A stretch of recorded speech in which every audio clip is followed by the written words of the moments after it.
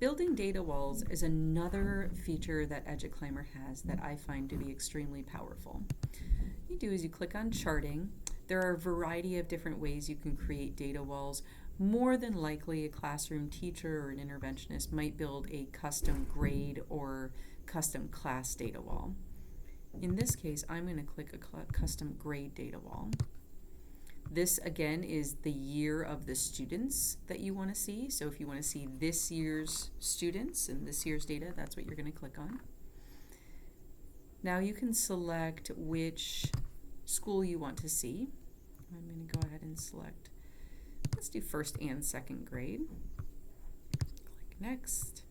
This is where you're selecting what year's data you want included. So you can select this year's data, and I want to compare it to those same students, that same cohort last year. So it will say whatever your class is for first grade this year, it'll also give you the scores they had in kindergarten. Okay. Here you're looking at assessments. So maybe I only want to see literacy and math. Maybe I want to see all of it. Keep in mind, behavior in this case is the BIMAS data. It is not incidence. That's separate. And over here you can say if you want to filter down to only a specific type of data, you can put that in there too. Here you can also add incidence to this data wall, and you can include attendance. Just for the sake of confidentiality, I'm going to go ahead and turn off the incidence for now. You'll notice anything I turn on or off is showing right up over here, so you can see exactly what you're going to be presenting in you're going to have in your data search.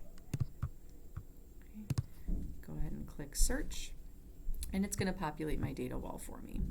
So here's my data wall. You have your students, you have any forms, things like that that they have attached to them. Will be listed here. Attachments, you might have smart forms attached to them. That's where you will eventually be putting any of your intervention plans, any comments anybody's made, tags, and if a student is on an intervention at all, it'll show up here as well.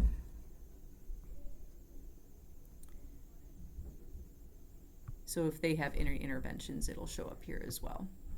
You can see your full date and your SIS reported rate. SIS reported rate is what's coming over from PowerSchool, and your full day rate it's also coming over for PowerSchool, but this is like the SIS reported rate is did they show up in the morning or not, and this other rate is how often were they actually in class. So it's period by period.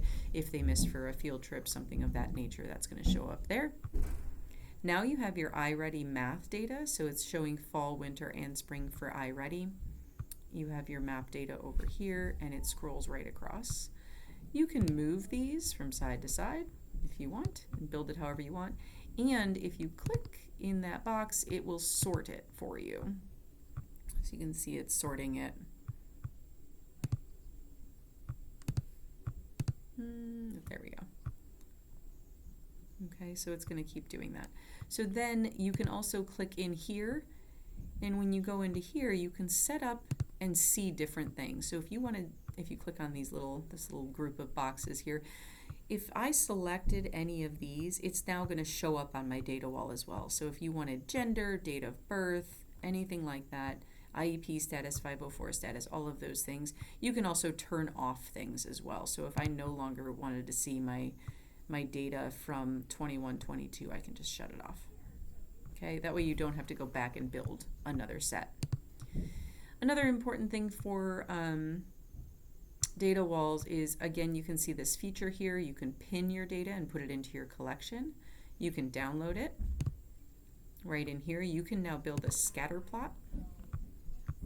So if I wanted to see, well, let's do fall and spring and click create.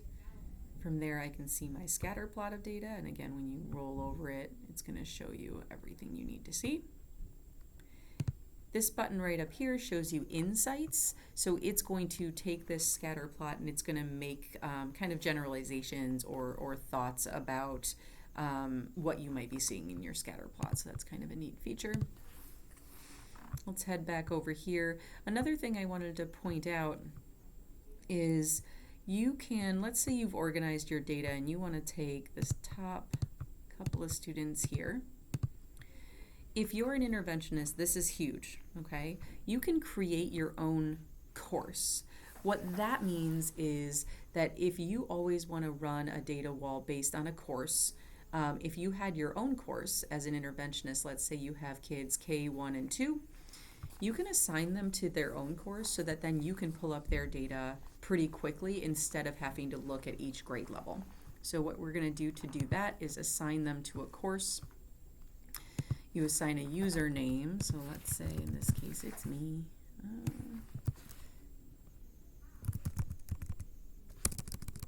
It's not going to let me do that. Let's go this one.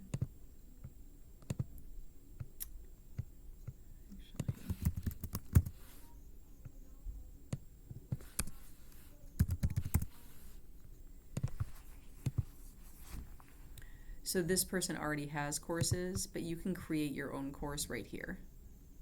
So I would click create. I would type in all of the information. These are my students that I want in the course, and you click save.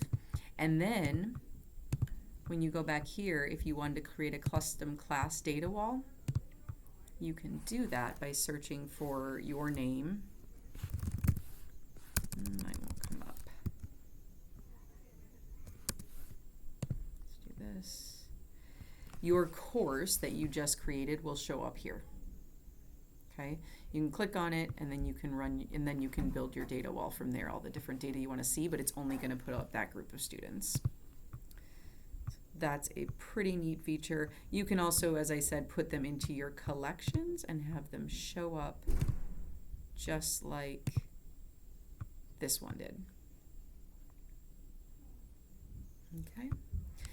Another important thing to note is when you build your custom data wall, and we'll actually use that one right here. I think that would be easiest. So from here, or from your other data wall, you can take these students and you can assign them to an intervention. So we're going to be talking about interventions later, but you can assign them to an intervention directly from here without having to leave. So this is really helpful. So if you had your top, however many students that were performing in the red and you wanted to automatically assign them to a group, you could do that.